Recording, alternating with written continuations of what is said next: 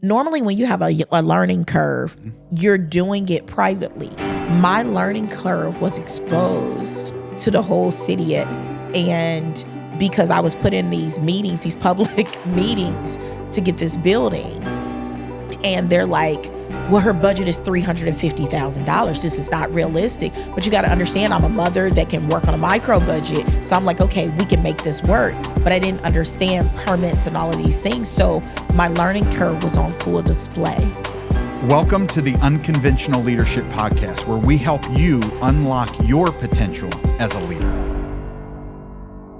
Thank you for joining this week's episode of the Unconventional Leadership Podcast. I have the distinct pleasure today to be with Rosemary Oglesby-Henry, the founder and CEO of Rosemary's Baby Companies and the founder of the Holloway House. Rosemary, thank you so much for being a part of this today. Thank you. I'm excited to be here. Yes. I'm excited to have this conversation today.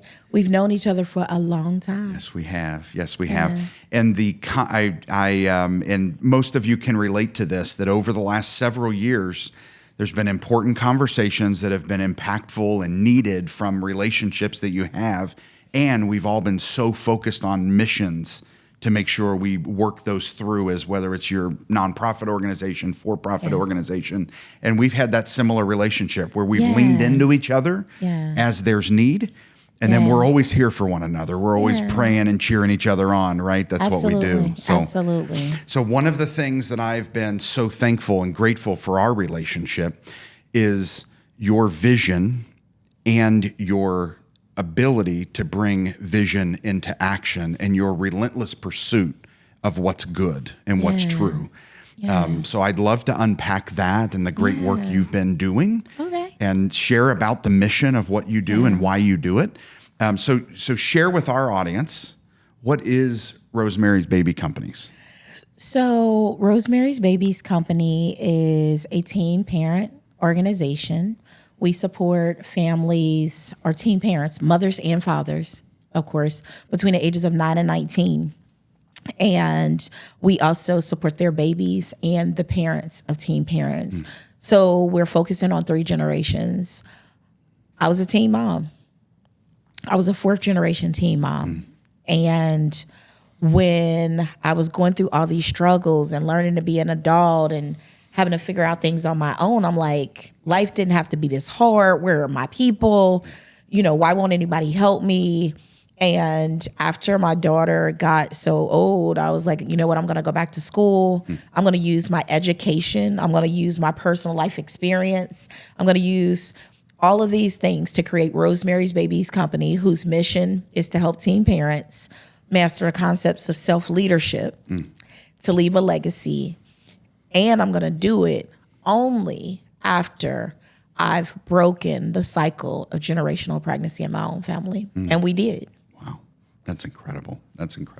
What did you find most difficult in your own experience that you have really built into the vision and values of your organization? What I found most difficult was just being okay with choices and consequences. As a leader, we make so many choices, right? Like the choice to do this and the consequence is this. And then there's another choice and consequence. It's all like reciprocal, right? And it's just going to keep going. And you have to be okay with that. And a lot of times you don't think about the consequence that you want first.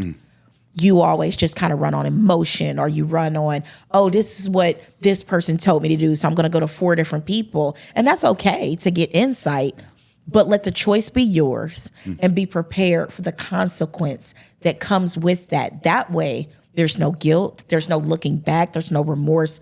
And all in all, you're able to stand firm on it. And when you are moving forward, I made this decision, and what comes next, I'm prepared for it because I already knew the consequence that I wanted, and I did every step to get there, right? Rosemary, did you have a mentor or a family member or a friend help coach you into that kind of belief system, or do you feel like you found it came through your own relationship of self-care and thinking about what's next? It's funny because now that I'm older, right? When I went to school, I went to Mount St. Joseph, and I was in my undergrad in business, and and they're like, "You're really great in business." I'm like, "What is business?" Of course, because I'm from this urban community, I didn't know that college had business courses, and so when I went into my master's program in organizational leadership. Wow. The very first day, my professor, Dr. Daryl Smith, he said, "Are leaders born or are they made?" And what I learned was all of these things that I went through from being this young girl in the hood in Cincinnati growing up to now. And I'm like, oh, I got to get up every day and I got to move. And I'm telling myself these things. They are actually concepts that you can learn. And along the way, I could say, oh, this person helped me and this person did this. But I think that there was this culmination of people that came in the right time. Just when I needed them, God will send you somebody, right? He will send that right person with the right word or with the right action. And it was later on when I would talk to people like Missy Lane, who is, may she rest in peace, was like, you got to ask God to be clear with you because you always trying to read the signs and they're wrong. And so, again, this combination of people, both women and men, that you walk through life and they tap you on the shoulder and they say, you did well, or keep going, or Rosemary, here's my contractor for HVAC, and here's these concepts. So I think it's just a combination of people, but ultimately the choices and the consequences are yours. Yeah. Do individuals who are getting served by Rosemary's Babies, do you have classes for them to learn and develop their own leadership skills and personal, I want to say personal, like that conviction of who they really are, not the talk tracks of what they've been told going through their experience of teen pregnancy? Yeah. So one of the hardest parts about being a teen parent, and I got pregnant at 16, is you're giving up a part of your life when you make the decision to parent. Mm-hmm. I think people forget that when they're not showing empathy to teen parents. The first choice that a teen parent makes is to decide to be a parent. That is the first adult decision that they make, right? So after they make that decision, if as a community we're beating down on them and there's nobody to show them the way, and overnight they have to transition to an adult, they have to transition to a parent. So within this organization, I could teach you how to breastfeed. I could teach you, but no, I have to teach you overnight how to be both an adult and how to be a parent. And there's people that's like, kids can't do that. Well, they don't have a choice. Right. Because if they don't learn it, it's life or death. So for us, we're going to teach you about and help you determine what problem solving when it comes to your personal life, to your professional life, to your parenting choices. And we do it in a culmination of 1 hour coursework where you're bringing your kids, because as you know, we can't do nothing without who's going to watch them while we go learn. Yeah. And again, it's all that life experience. We're going to talk to you about careers. We're going to talk to you about spirituality. We're going to talk to you about changing legacies, because legacy is not only what you leave behind, but how you live. Yeah.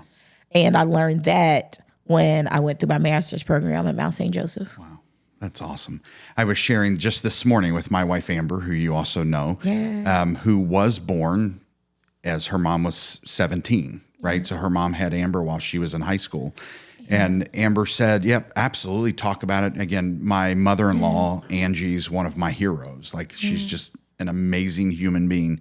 And she was like, the biggest thing my wife took away from just kind of looking back and talking about the journey of where you're serving children can be annexed from their family when this topic comes up, right? And instead, my mother-in-law's family wrapped their arms around her, and she got a high school education, and she finished top 5 in her class, and she did end up getting married young, and she has had an amazing sales career, and is one of the hardest working, most dedicated, like her work ethic, her own personal self skills came out of that experience of, I'm going to work harder. I'm not going to sit back. Right.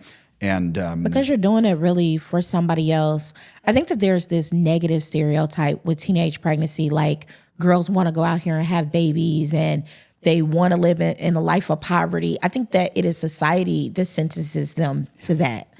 But if you're a person, again, overnight, I've got to learn all this stuff. I got to do all these things. If I don't do it, my baby doesn't eat. So for me, I always say it was do or die. And they're like, that's really harsh, but it is. Because if I can't feed my baby and she goes into social services, or if I can't go to work, we don't eat. And I remember there was a time where I got my first job at the post office. I was 19, thank you, Lord, right? But I was eating hot dogs and pretzels and drinking water for 2 weeks because I didn't have money, but I was so prideful that I didn't want people to judge me and I didn't want these things. So you can be ostracized because a lot of times parents don't know what to do. Right. You're angry that your daughter went out here, and most of the time it's the daughters that have to take this rejection. Yeah. But where is the love and emotion that they're kids? They make mistakes. How can we be so empathetic towards the woman that has 5 kids and she's in her 40s and we're trying to find her housing, but here this teen girl who was sexually abused when she was a kid, father was an alcoholic, I'm not getting love at home and even my mom has to work 2 jobs because she didn't have the education because she was a teen parent. Where is the empathy that comes with the pre-trauma, the traumatic experiences that happen that lead a girl to lay into somebody's arms? In that moment, she becomes a parent thereafter, and she's treated and ostracized like an outcast because of a choice she made as a child. How can we be so unempathetic? Right. And it is devastating that my daughter is 28 years old, and there are still people today when I walk in a room with my daughter, and they're like, "Oh, is that your sister?" "No, that's my daughter." And you give me that look. Because I'm okay with saying I was a teen parent, but now I'm this. I was this, but now I'm this. Give these people the ability to change. Give them the ability to share their story. And more people need to share it because there are kids coming up behind you that had to make the same choice and feel like they are the only ones, and they're not. And that is what Rosemary's Babies Company does more than anything. We let these kids know everything's going to be okay. We're not saying it's going to be easy because we understand leadership. Sure. And the choices aren't going to be easy, but it's going to be okay. Were there other organizations that were supportive, or is that what really drove you to create Rosemary's Babies? Because why aren't we supporting these amazing, individuals and their future potentials with the situation that they're in? Was there anyone else who supported you throughout? Did you lean on other people, or is that really what drove? No, because not. I wanted to create this mission that does just that. There was no organizations that I knew of. And unlike in 1990, whatever, I'm not going to tell my age, but in 1990, whatever, there was no Google. There was no research. Sure. So there was phone books. But how was I supposed to find my people that were like me? And when I went into the master's program at Mount St. Joseph, again, master's, you got to spend 2 years researching something. Yeah. And I was like, I'm going to build this organization. Oh my God. And I spent 2 years trying to find the resources. And when I developed this between 2013 and 2015, there was less than 45 organizations across the U.S. to support the 300,000 plus kids that were being born yearly. And in greater Cincinnati, none. None. And if there were, they were teaching them how to breastfeed and how to change a diaper, but there were none teaching true life skills. There were none giving the moral and emotional support that these kids need. This is traumatic, and it can affect somebody their entire life when you become a young mother, because there's stages of development. Right. And when you become a young mom, you miss the entire stage of development of adolescence, especially when you're 9 or 13. Wait, I'm supposed to be playing with dolls or going to dances and playing basketball, but instead I'm changing diapers. And now if I have younger siblings, I've become a parentified child. So I'm taking on a position that I shouldn't be taking on, but I've made a choice to. Imagine that choice. And now here I am at 45. I can't move forward, or I got stuck in the system because nobody would help me. So when I turn 18, I'm in the system, or maybe I'm 45 and I want to act like I'm 20 because I feel like I missed something, or maybe I'm 45 and I'm just still stagnant, feeling like I'm not enough. And that's where I was a few years ago. I'm not enough. I didn't do enough. And I measured my success off of my daughter, not my son. I had another child, but off of her. If she's successful, then society will accept me. And I can erase that I was a teen parent because she's successful. That's not the way society is, and that's not how life is. Right. We have to own those choices and consequences. Our mission of connecting businesses with the talent and resources necessary to help you achieve your vision and unlocking human potential are what Centennial and Talent Magnet Institute have been all about now for a collective 55 years. Centennial celebrates our 50th year, TMI is going into our 5th year, and we are ready to help you and your team get to the next level of strategy, vision, and achievement. Feel free to reach out and send us a note, and let's have a conversation. What a lesson on leadership. Man. And I love how the continued pursuit of education led to a dream and a thought that, that 2-year thesis and research led to this incredible organization having profound impact. And that all came from inside of you, right? Yes. That something clicked. You say, you know what? I'm going to take this to a whole nother level. I'm sure your professor was like, this is incredible. What is happening right now? Well, first off, I had one of my professors is actually on my board now. Her name is Missy Hewlett.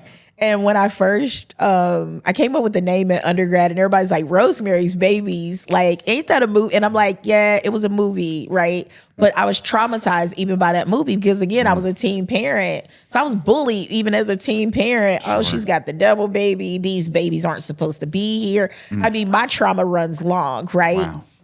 But overcoming that and going into this classroom and saying, when I first went into the master's program, I remember before I went in there was a teacher at Mount St. Joseph, and she's like, you should go into the master's. And I was like, well, I don't look like these people. I don't talk like them, because I thought everybody talked like a dictionary. That's what I would say. I was like, I don't use big words. And she's like, but Rosemary, I think this would work for you. But sometimes we can limit ourselves because of the stereotype of what we see or what we believe somebody a way something is supposed to be or a person is supposed to be. We can limit ourselves. And had it not been for this professor literally dragging me, calling the professor, and then when I walked into those doors, being that I was a teen mother that came from income-based housing, had got the job at the post office, had got the house, was married now, and really changing cycles. When I went into the program and I did my first paper, the teacher used to grade it in red ink. Traumatizing, right? You remember in high school, you get, and the first paper I got, it was like marks all over it. And I'm like, I'm an honor student. What do you mean? But it motivated me because at first I was like, I'm not supposed to be here. I told you I'm not supposed to be here. But everything in me was like, the bachelor's degree was to prove to your daughter that no matter what obstacle, you stay the course. But you need this master's degree to prove to society and to prove to teen parents and to prove to people, but you need it to build. So you gotta get through. And those are the decisions, again, that we have to make, because it was my choice. I could have quit and ran. I could have, made a choice to get my daughter up for adoption, or one of the other alternative choices, a family member. But again, we make these choices, and what we don't know, and what I didn't know, that when that stick turned blue when I was 16, that it would lead to people now looking at me and saying, she is a leader, she has influence, she has a sense of power. And for me, it's not the power that others gave me, it's the power that God gave me to move past all of this and still be kind and be able to show compassion and empathy and love for a population that needs it most. Yeah, absolutely. It's inspiring, encouraging, and there's so much in your leadership tank that like is fuel to share with the world, right? So one of the things that you shared a little bit about was stereotypes, overcoming them. I'd love for us to talk a little bit more about that, because you found yourself in a situation where visually you said, I'm a statistic. I'm not supposed to be here. I don't fit into this group. They talk a different language. They think differently. And it's like, no, you are supposed to be here. Mm-hmm. And, praise God. Thank you for that teacher, that professor who said, please trust us. We need you here. There's what can you share about how do I overcome those? Because all of us walk into rooms and have different thoughts and have different beliefs and different tracks that we play of like, we talk often about whether it's the first time you were invited into a room where no one in the room looks like you. Oh my goodness. Or and that can be a variety of ways. That can be, that can be even your level of experience. Mm-hmm. So you're invited into a room with 5 years of experience and everyone in the room has 22 to 27. Or physically they don't look like me, or they speak a different language, or financially. Oh my gosh! What additional lessons can we provide around the stereotype, that self-talk track that we've got to bust through to be our greatest potential? Yeah. So I have an alter ego. And not Beyonce, Sasha Fierce, but when I first started out, there was Rose, and then there was Rosemary. Mm. Rose was the girl that grew up in the hood. Mm. She talked slang. She wore nails and drank Mountain Dew when everybody else was drinking coffee. Mm. But Rosemary was this person that was highly educated. Mm. She was motivated. She could talk that talk because she had the degree. She had the background. And when she walked in the room, the Rose was over here terrified. What if they judge me? What are they looking at me? Rosemary was in that room first. And then gradually, I started to merge them together. And then there's no more alter ego. There's just one Rosemary. And now 8 years later, I can be who I am. Yeah. I'm still drinking Mountain Dew at meetings when everybody else is drinking coffee. I'm still walking in rooms with people that have probably seen more money than I've ever seen in my entire life. Wow. But at the same time, you're just a person. Yeah. Each person standing in front of me is just like me. They have their own issues, their own problems, and maybe they have more money or maybe they look different, but we all have one commonality. We are a part of the human race. Yeah. Period. Right. Yeah. And finding comfort in that, because the more we unpack all of our lives, we all have things that we bring. Yeah. We talk often on this podcast about like, we're trying to help leaders who actually mean it when they say, I want you to bring your whole self. Yeah. And we're trying to get mindsets of leaders to say, now, wait a minute. So if I really lean into whole self, that means they're coming with all of their stuff. Everything. And yet I'm going to invest in all of that. I'm going to help them on personal, financial, spiritual, work, strength topics. And by doing that, I'm going to also give them a work environment, a safe place for them to actually be their full self and bring out their fullest potential because they know I care for them. This is safe. It's okay to make mistakes. It's okay to challenge. It's okay to disagree. And that's how we build the future forward. Let's bring that conversation into the Holloway House where you had this dream that you've worked so diligently to bring to life and put all the right partners, the right financial partners, the right physical partners to help, the right board members, the right, what I would say, advocates and advisors. Share with us a little bit about the dream of the Holloway House early on, and then we'll work to the stage of where you are today. So Rosemary's Babies opened her doors in 2016. And here I am. Nobody knew me. I'm chugging along. And after our first year, we're supposed to do everything online because that's the generation we were, meet teens where we were. So I moved in this small office. Now we're seeing people. Now I moved in 2018. I moved in a larger office, right? And around COVID, that's when I discovered that when you shut down everything, that's when you can truly see what's missing or what's going on. Okay.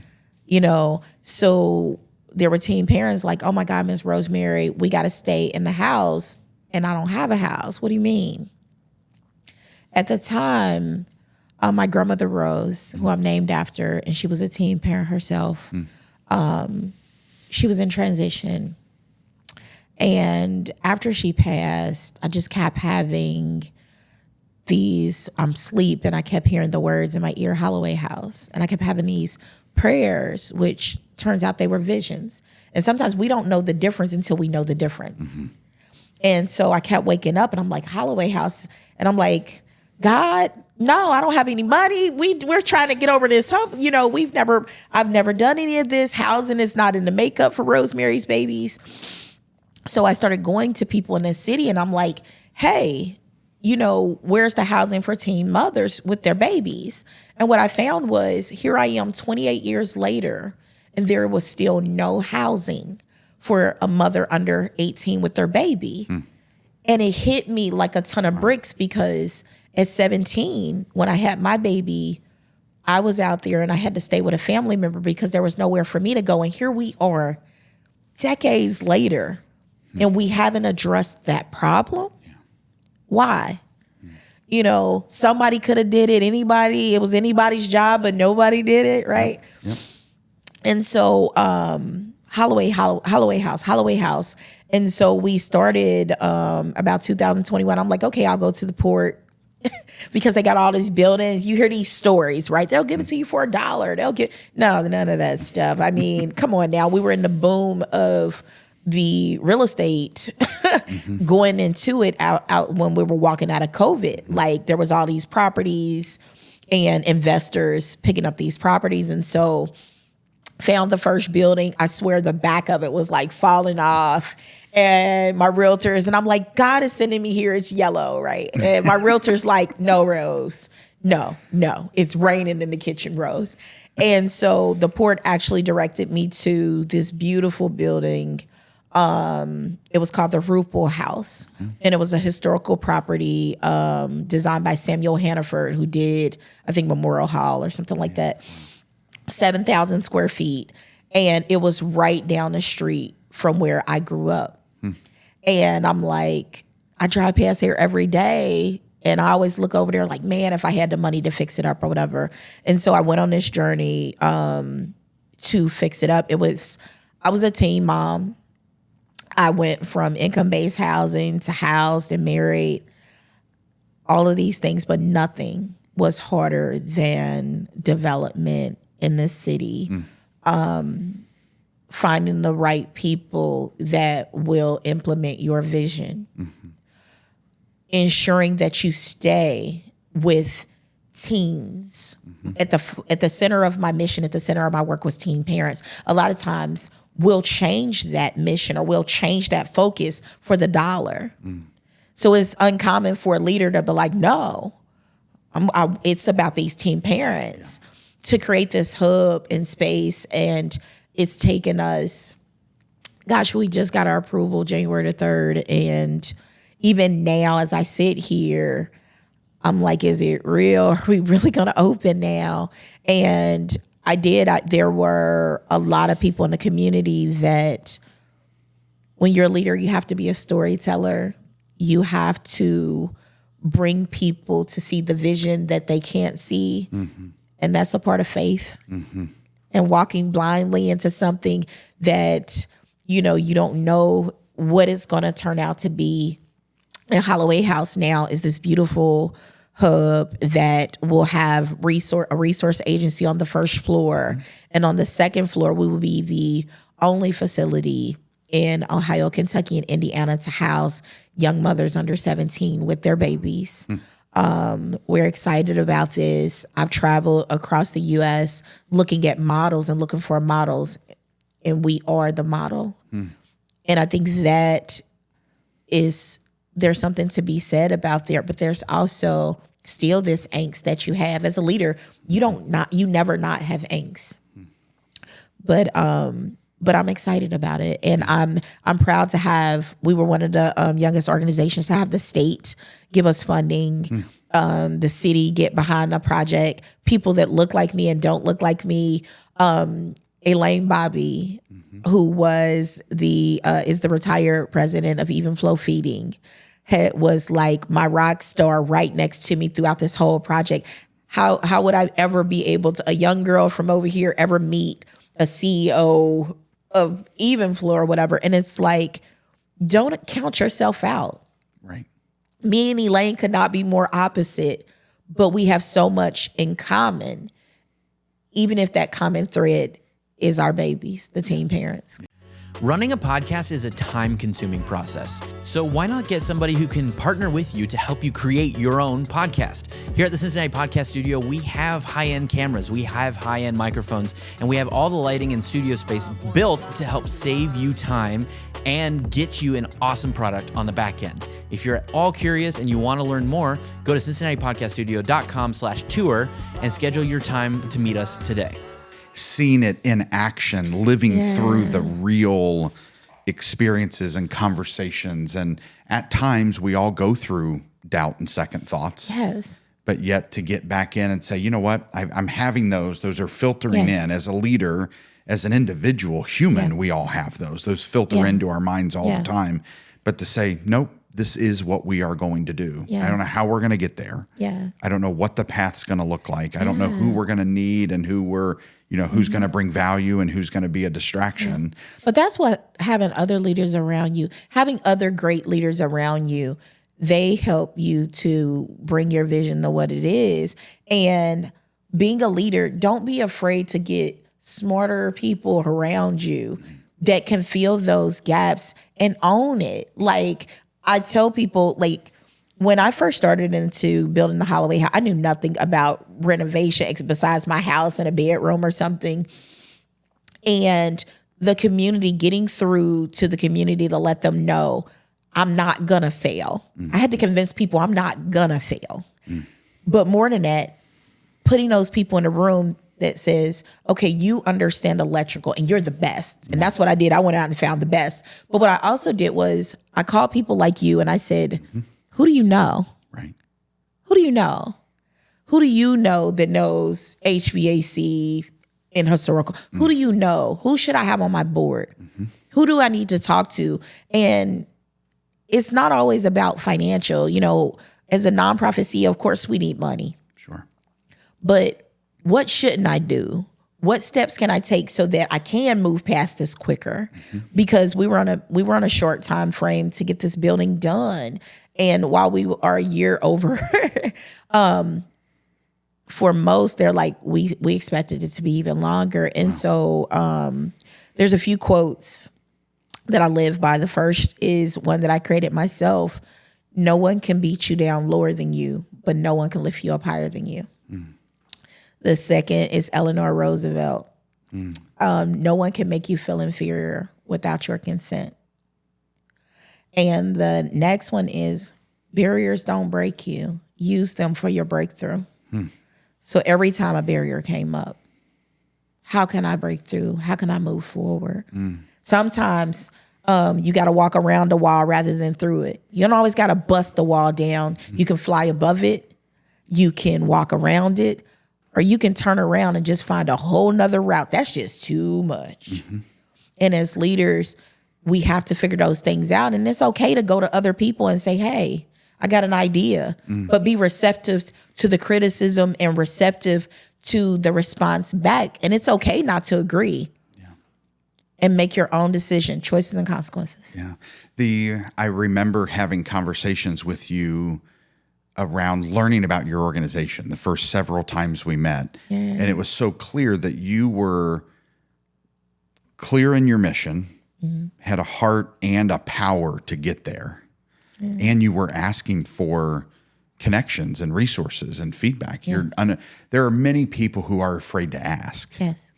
there are many people who again, even that, it's like, nope, I'm not going to ask anyone. I'm going to try to do all this myself.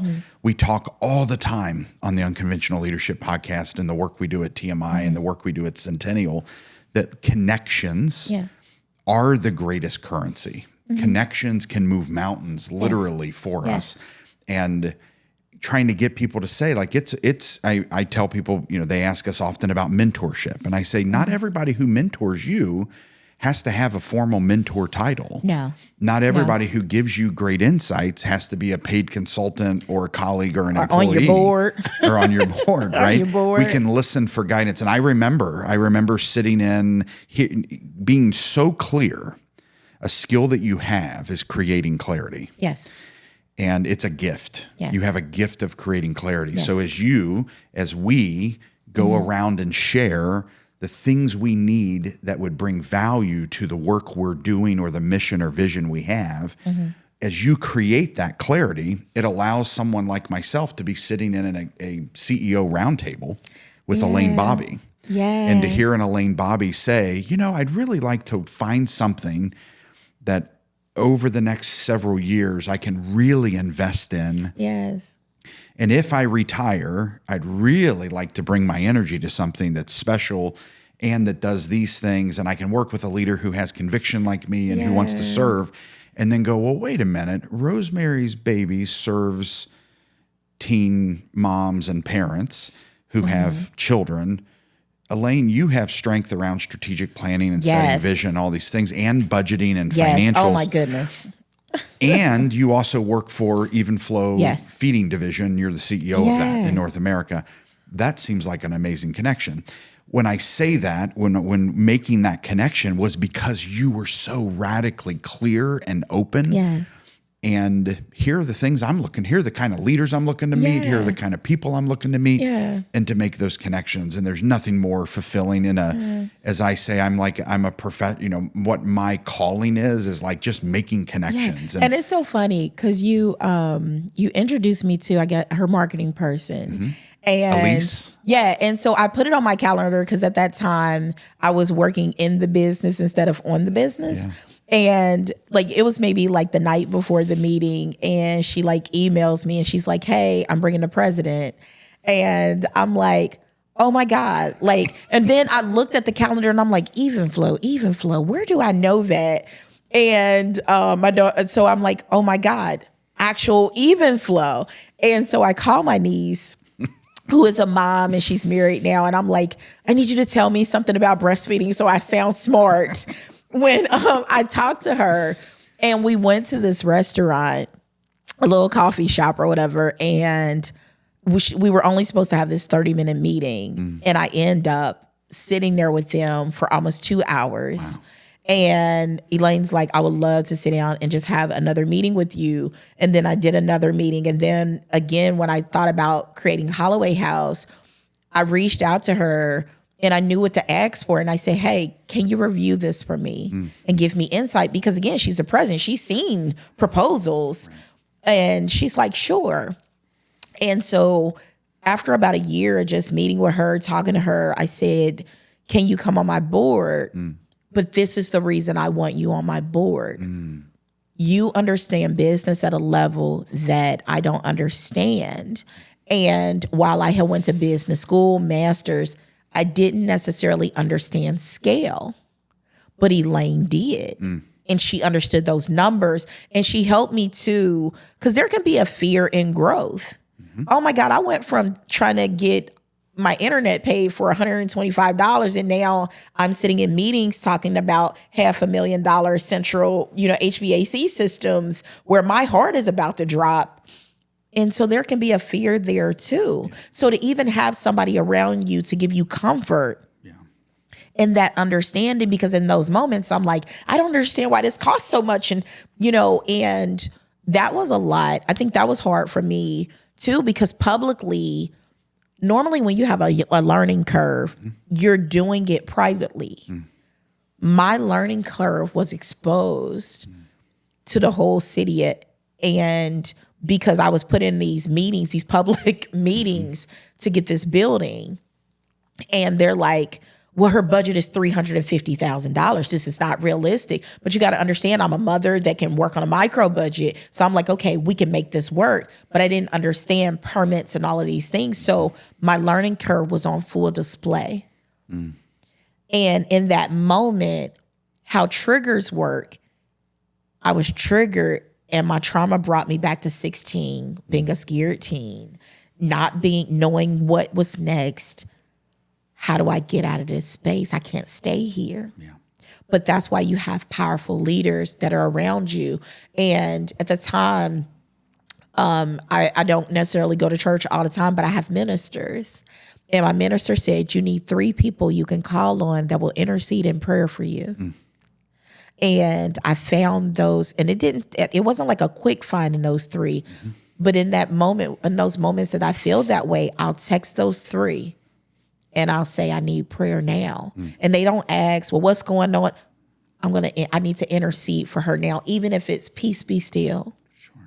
Even if it's the whole, the holy prayer or whatever, but they understand that. And so, and my board, when I first started the organization, I didn't pray and stuff like that on my board or even talk about God. Now, Wes, we were going through this. I mean, God's all up in the middle. They're like, what do you mean God told you to not take this funding and God told you? Well, but they understand now too. Rosemary and Rose as a merged person, her faith is at the forefront of everything that I do. Because ultimately that resilience, I can say that it came from being a teen mom or it came from the struggle. I can say it came from any of those things. But I know where my faith and my power comes from. And I'm not afraid to yell it from the rooftops. And that's what God wants. And that's why he blesses us. Yeah. Because he wants people to see from your transformation, you see him. And that's what you should see. And that is what I'm most grateful for. Even through all of the storms of getting the building open, and that's public turmoil and all of those things, I'm able to move past all those things, say I'm forgiving of the community, forgive me too, because I wasn't right in all of this. And continue to show empathy, kindness, love, and ask the community for grace, ask God for grace in those times that I probably wasn't deserving of it. In fact, I know I wasn't deserving of it. The lessons are overflowing here on the Unconventional Leadership Podcast. It's so good. There's so many, the topic around board members, because you just unpacked something that I think many don't think about, which is strengths, needs, and how to go find the best people with the best strengths that align to our values.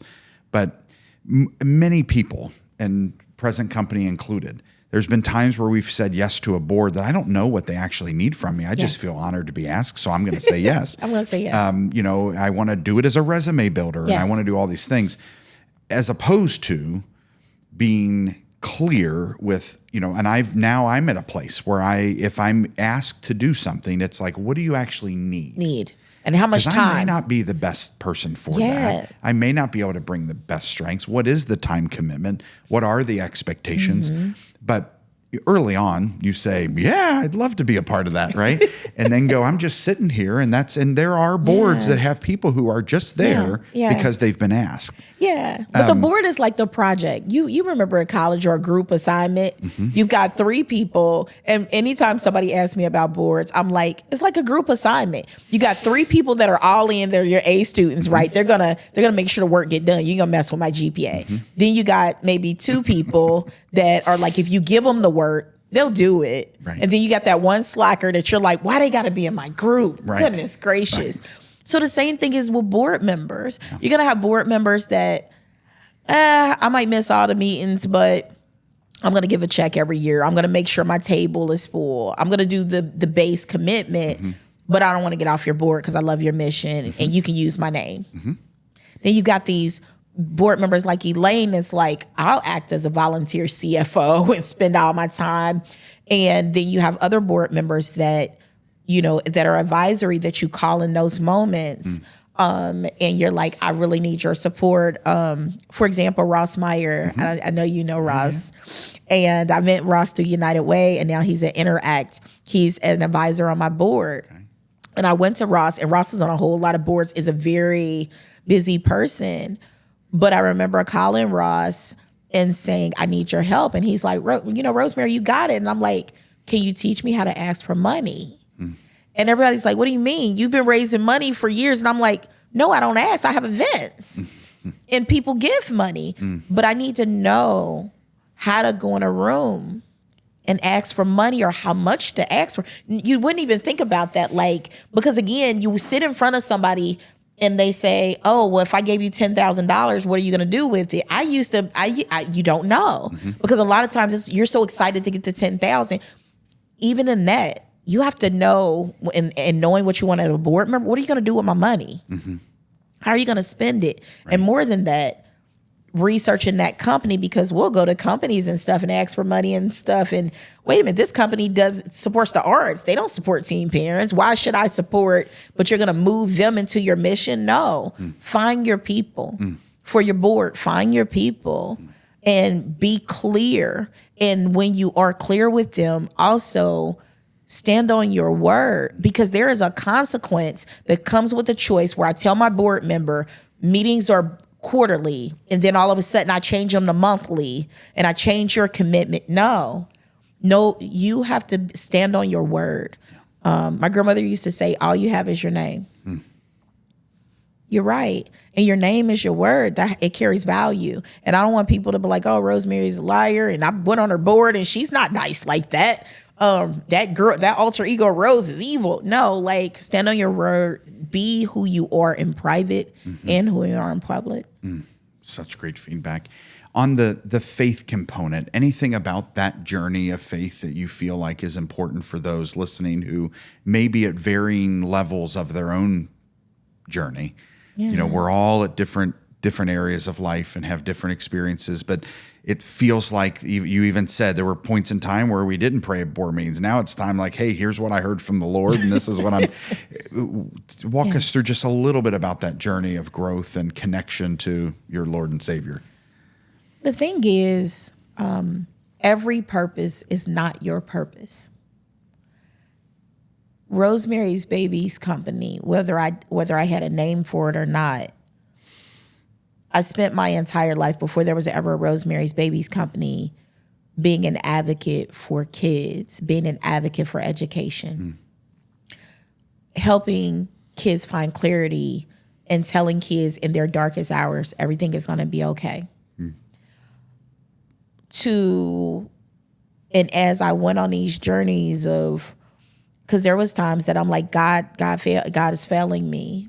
And what I learned is, when God chooses you, he's going to give you tests, and he's going to give you trials, and he's going to give you tribulations. And our test truly is to endure. And as I endured through all of these things, my purpose became clear. And as I endured through more things, my purpose became more clear. And there was times that I'm like, I would see something, or I would get clarity on something. It would keep coming back to me because I'm hard-headed. So God will send a message 4 different ways. Like, she ain't listening. Let me bump her up out. Because again, I've prayed for what? God, be clear. Right. When you say write the vision, make it plain. And again, I'm not like I always say, not a Bible pusher that slaps people over the head. But when it comes to my faith, what keeps me is, when I think about the times when I was in my lowest moments, when it was just me and I'm sitting in a room and I'm holding my baby crying because I didn't know she had an ear infection and I don't have health insurance to take her to the doctor, or whether I lost some funding or a contractor didn't do something right. In those moments, I can recall a peace that came over me like a veil. And that's when I know God was there. And there's passages that says that he carries you and he walks with you, but there are also times that he acts as a veil, and there is a peace that is so calming. And I think the Bible verse says it surpasses all understanding. And that doesn't always have to come when you close your eyes permanently. It can come in your darkest moments. and he lays that hand on you and you know, I'm going to be okay. But in this moment, it's okay for me to weep because he's here. And it's powerful. And that's not something that came overnight. And I think that when people think about faith and think about purpose, it's supposed to come when I'm in my 20s sometimes it comes through experiences. Sometimes it comes through heartache. Sometimes it comes through joy. Sometimes it comes from a need that you see. And people don't have to build this foundation or this whatever. Sometimes a purpose is just for you to be there to support that person in getting to their purpose. Yeah. Your purpose wasn't meant to be that. Your purpose was to be here in this moment delivering that message. Yeah. Wow. Thank you for sharing all this. In terms of next, so, and I know how hard you've worked and how much muscle you've built around these topics of what we just unpacked. But what I would like to do is give you an opportunity to share a vision of next, because there's a lot of people who will tune into this that may have never heard yet about Rosemary's Babies. There may be some who have that thought something different about and just didn't know. Yeah. And there may be someone who says, you know what? I'd like to get involved. That's the kind of leader I want to get behind. That's the kind of mission I want to support. That's the kind of team I want to align myself to. So share just a little bit about what you're hearing that could be a vision for next. What do you hope the impact is, and where do you want to go? Yeah, for next, of course, Holloway House is opening. Our grand opening is somewhere in March. Okay. But finding the right people to be there that are empathetic, that are kind. So finding the right team. That's for the organization to continue to expand our capacity. We only have 7 rooms. That is not enough. And teen parents are caught in a gray area. So if you're ever out and you see our colors, they're gray and yellow. The yellow represents God's light. And the gray represents the space that teen parents fall in. And it's the shadow that is cast over their life. But the outlook is getting into the light. So that's the complement. So with that, we're going to always be trying to change the outlook and changing that globally. So for Rosemary, when we took on this project of Holloway House, I had never thought about succession planning. While I am a CEO, I'm also a founder. And I'm also a lady. So a lady always knows when it's time to leave. So that plan is in motion too. And there is a need for legislative change to happen. And if not me, then who? And so God is taking me to another level. And while there is fear there, there's faith there. Wow. And that's okay. Yeah. But I do not have so much fear that I will not walk towards it. And that's the difference. And so for Rosemary's Babies Company, while we sit in North Avondale, I don't think we ever said that. The Holloway House sits in the corner of North Avondale on Reading Road. It is a beacon. It's gray. The color is promise. And we made a promise to the community to be there. And as the founder, understanding that nonprofit is a business you don't own, I want to make sure that Rosemary's Babies continues to have the resources and the capacity to still be here, even if Rosemary is not. And that's not in the the legacy sense where I'm in, close my eyes permanently, but when she's moved on, because, I think that there is a place where someone else could lead it and continue to bring something else to that mission. And so, and it's already in the design. I think that's what people don't really understand. Nonprofit is a business you don't own. So as a founder, yeah, it was my dream, it was my vision, but it was also my vision for it to outlive me. Yeah, that's wonderful.